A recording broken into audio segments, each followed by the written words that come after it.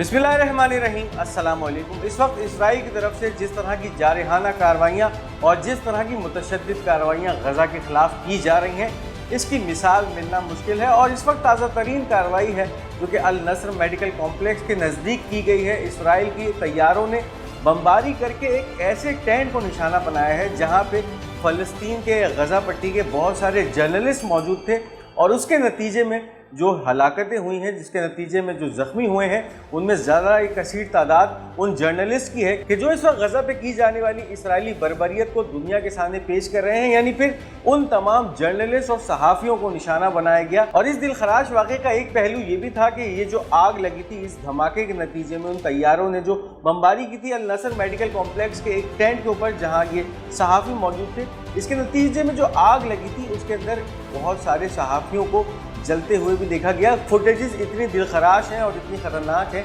कि वो आपके सामने पेश नहीं की जा सकती। और इस वक्त जो इस हवाले से अपडेट सामने आ रही है, इसकी तरफ आपको लिए चलते हैं। Death reported as tent housing journalist in Khan Younis hit by Israeli air strike. At least 2 people were killed and 6 others were injured when an Israeli airstrike hit a tent in Khan Yunis in the Gaza Strip. The tent was located outside the Nasser Hospital in the southern city and was used as a base by a number of journalists. अब ये associated press की खबर है जिसमें ये बताया जा रहा है कि इसराइली तैयारों की जारहाना बमबारी के नतीजे में उस वक्त ये दिलखराश वाक़या पेश आया कि जब इसराइली तैयारों ने अल नस्र मेडिकल कॉम्प्लेक्स, जो कि खान यूनिस जनूबी गज़ा पट्टी का शहर खान यूनिस है, वहाँ अल नस्र मेडिकल कॉम्प्लेक्स के साथ एक टेंट लगाया गया था जिसको ये तमाम फ़लस्तीनी सहाफ़ी as a base camp use कर रहे थे। यानी फिर वहाँ आके आराम करते थे और फिर उसके बाद अपने इस काम पे लग जाते हैं। यानी फिर इस वक्त जो मीडिया ब्लैकआउट गज़ा के अंदर है उसकी कमी पूरा कर रहे थे ये फ़लस्तीनी जर्नलिस्ट, फ़लस्तीनी सहाफ़ी। और एक बार फिर इसराइल की तरफ से जो जंगी जराइम का सिलसिला शुरू हुआ, वॉर जोन के अंदर सहाफ़ियों को निशाना बनाया गया। और उस हमले के नतीजे में, इस एयर स्ट्राइक के नतीजे में अब तक की इत्तलात के मुताबिक 2 सहाफ़ी हैं जो शहीद हो चुके हैं, जबकि 6 ऐसे सीवियरली बर्न हैं जिनको 3rd डिग्री के बर्न आ चुके हैं या 3rd डिग्री जल चुके हैं। वो उनके जिस्म का बेशतर हिस्सा जल चुका है और इस तरह की जो कैजुअल्टीज़ हैं वो वहाँ पर हुई हैं। अगर पिछले 24 घंटों की बात करें तो जिस तरह के हमले इसराइल की तरफ से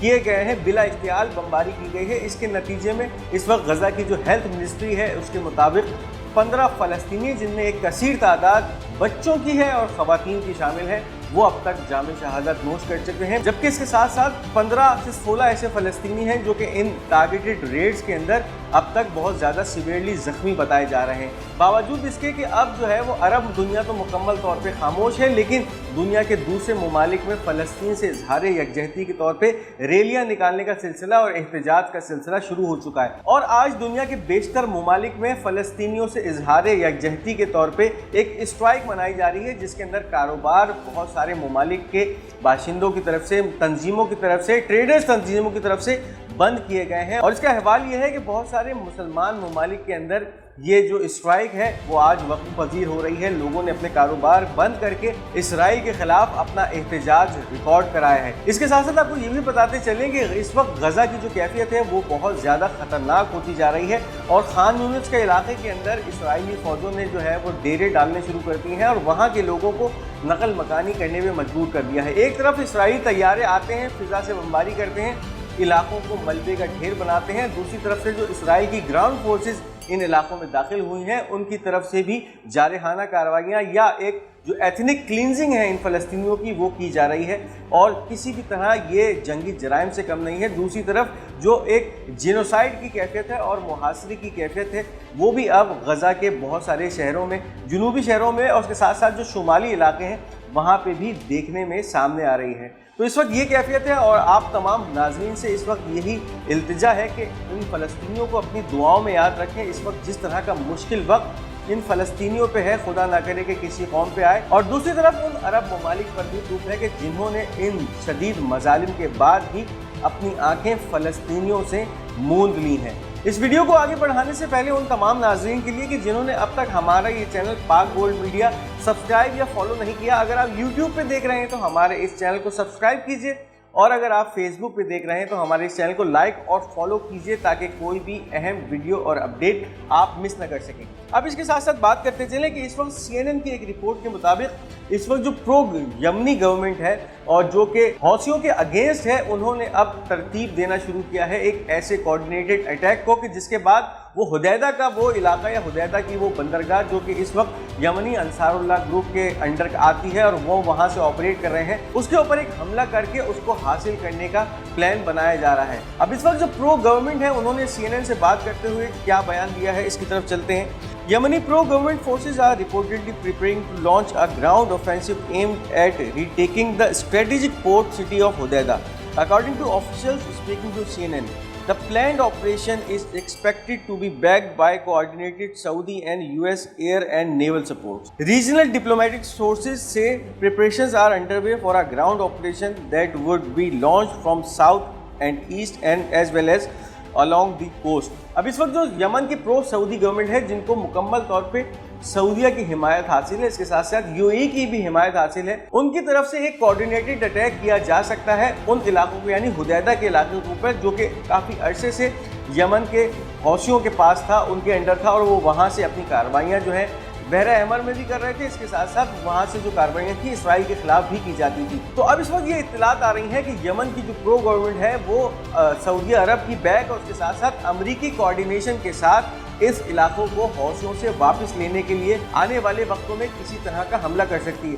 साथ साथ जो डिप्लोमेटिक रीजनल सोर्सेज हैं वो ये भी बता रही हैं या वो ये भी क्लेम करती हैं कि ये जो हमले किए जाएंगे एक तरफ तो साउथ से किए जाएंगे, दूसरी तरफ ईस्ट और इसके साथ साथ जो बहरी रास्ता है या कोस्ट लाइन है वहाँ से किए जाएंगे और फिर हौसियों से इस इलाके को, यानी ये जो की पोर्ट है हुदैदा की एक अहम और बहुत ही स्ट्रेटेजिक पोर्ट है यमन की, जिसके ऊपर इस वक्त अंसारुल्लाह का मुकम्मल तौर पे कंट्रोल है और पिछले दिनों में जितनी भी कार्रवाइयाँ अमरीकी बहरा अहमर से यमन के ऊपर करते आए हैं उसके अंदर इस पोर्ट को भी निशाना बनाया गया है, या फिर जो कल की एयर स्ट्राइक्स हुई हैं वो भी हुदैदा के ही इलाकों में हुई हैं। तो अब ये पिक्चर भी वाज़ेह होती जा रही है कि हो सकता है आने वाले वक्तों में जो प्रो यमनी गवर्नमेंट है वो अमेरिका और इसके साथ साथ सऊदी अरब और UAE की हिमायत के साथ इन इलाकों को यमनी हौसियों से वापस छीनने के लिए कोई ग्राउंड ऑपरेशन कर सके।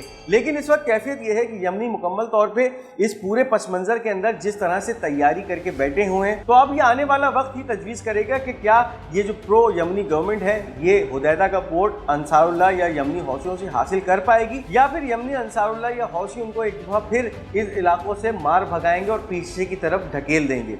इसके साथ साथ आपको ये बताते चलें कि जैसे पहले भी एक्सपेक्ट किया जा रहा था, पिछले हफ्ते जिस तरह से अमेरिका की स्टॉक मार्केटें क्रैश कर रही थी और आज पीर के दिन यही अज्यूम किया जा रहा था कि जो मार्केट सब खुलेंगी तो उनका हाल बहुत बुरा होगा, तो अब दुनिया भर की मार्केट जो है वो क्रैश करना शुरू हो गई हैं। इस वक्त कुछ खबरें ये भी आ रही हैं कि चाइना की मार्केट, इसके साथ साथ इंडिया की मार्केट और बहुत सारे बड़े बड़े मुल्कों की मार्केट जो हैं वो डूबना शुरू हो गई हैं अपने इस तजारती दिन के आगाज़ के ऊपर ही।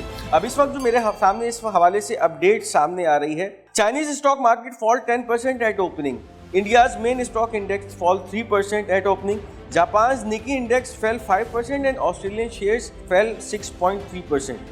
Nasdaq 100 future down 5.4%, S&P 500 future 3.8% down. Oil prices sank further with the US benchmark crude down 4% or $2.5 and 59.49 per barrel. Brent crude, the international standard, gave up 2.25 to $63.33 a barrel. If this holds, this is the worst 3-day period in the market since 1987, worse than any 3 days COVID period. Trump, only tariff can fix the huge trade deficit. अब एक तरफ तो दुनिया भर की stock मार्केटें अपने दिन के अपने तिजारती दिन के आगाज़ के ऊपर ही क्रैश कर चुकी हैं, जिसमें इस वक्त चाइना की मार्केट ने इस आगाज़ के ऊपर ही 10% क्रैश किया है, जबकि इंडिया की जो मेन मार्केट है, मेन स्टॉक मार्केट, वो अपने 3% खसारे में चली गई है। इसके साथ साथ जापान की निकी का इंडेक्स 5% गिर चुका है, ऑस्ट्रेलियन शेयर्स 6.3% गिर चुके हैं, जबकि इसके साथ साथ अगर बात की जाए अमेरिकी नैस्डैक जो कि 100 बड़ी इन्फ्लुएंशियल कंपनीज को ऑपरेट करता है, उसका शेयर इस वक्त 5.4% गिर चुका है। जबकि इसके साथ साथ S&P 500 फ्यूचर जो कि स्टैंडर्ड एंड पुअर 500 ऐसी कंपनियां हैं उसके अंदर भी उसका इंडेक्स इस वक्त 3.84% डाउन हो चुका है। अब इन तमाम हालात का क्रूड ऑयल की कीमतों पे भी असर पड़ा है। उस वक्त अमेरिकी मार्केट के अंदर क्रूड ऑयल $2.5 या 4% गिरावट के बाद $59.49 के ऊपर खड़ा हुआ है पर बैरल। और अगर इंटरनेशनल ऑयल मार्केट की बात करें तो वो $2.25 की गिरावट के बाद $63.33 पर बैरल पे गिर चुका है। अब इसके जो असरात होंगे, दूसरा असरात वो उन ममालिक के लिए कि जो तेल पैदावार कर रहे हैं या तेल की पैदावार पे इन्हिसार करती हैं जिनकी मईशत, उनके लिए तो वैसे ही ये ख़तरे की घंटी बज जाएगी। जबकि इसके साथ साथ जो रशिया की जंग है, और रशिया एक बहुत बड़ा ऑयल प्रोड्यूसिंग मुल्क है, बहुत सारे ममालिक को जो ऑयल एक्सपोर्ट भी करता है उसके लिए भी मुश्किलात का आगाज़ हो जाएगा, क्योंकि दूसरी तरफ सैंक्शंस भी लगे हैं। और इस वक्त जो यूक्रेन की जंग है उसके अंदर रशिया इस ऑयल की प्रोडक्शन या इस ऑयल की आने वाली ज़र मुबादला से जो है इस यूक्रेन की जंग के अंदर काफ़ी सारे जो एक्सपेंडिचर है वो कर रहा है।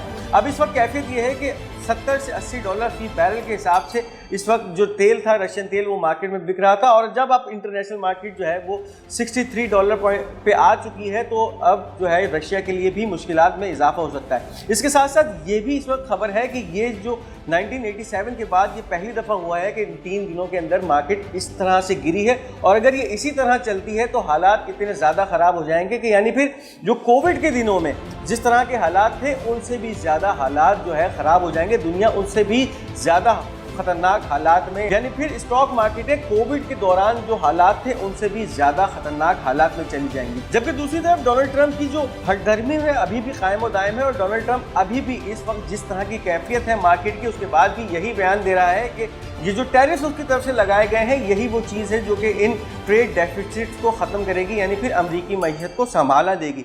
लेकिन इस वक्त जो हालात हैं वो लग बिल्कुल नहीं रहे हैं कि किस तरह से ये जो संभलेगा, क्योंकि रोज़ बरोज़ ये हालात बिगड़ते जा रहे हैं। और आज जब ये मार्केट 3 या 4 दिन के बाद खुली है, इसका आगाज़ हुआ है, तो आगाज़ के बाद ही दुनिया के बहुत बड़े बड़े ममालिक के अंदर जो मंदी का रुझान था वो बहुत ज़्यादा देखने में आया है। ये थी इस वक्त की अहम अपडेट्स। इस वीडियो को लाइक और शेयर करना मत भूलिएगा। हमारा ये चैनल पाक गोल्ड मीडिया, इसको अगर आप फेसबुक पे देख रहे हैं तो फॉलो करना मत भूलिएगा, और अगर आप यूट्यूब पे देख रहे हैं तो उसको ज़रूर सब्सक्राइब कीजिएगा। अपनी कीमती आरा का इजहार कमेंट्स में ज़रूर कीजिएगा। इंशाल्लाह बहुत जल्द एक नई ब्लॉग, एक नई वीडियो के साथ आपकी खिदमत में फिर हाजिर होऊंगा। तब तक के लिए अपने मेज़बान को इजाज़त दीजिए। खुदा हाफिज़ व नासिर।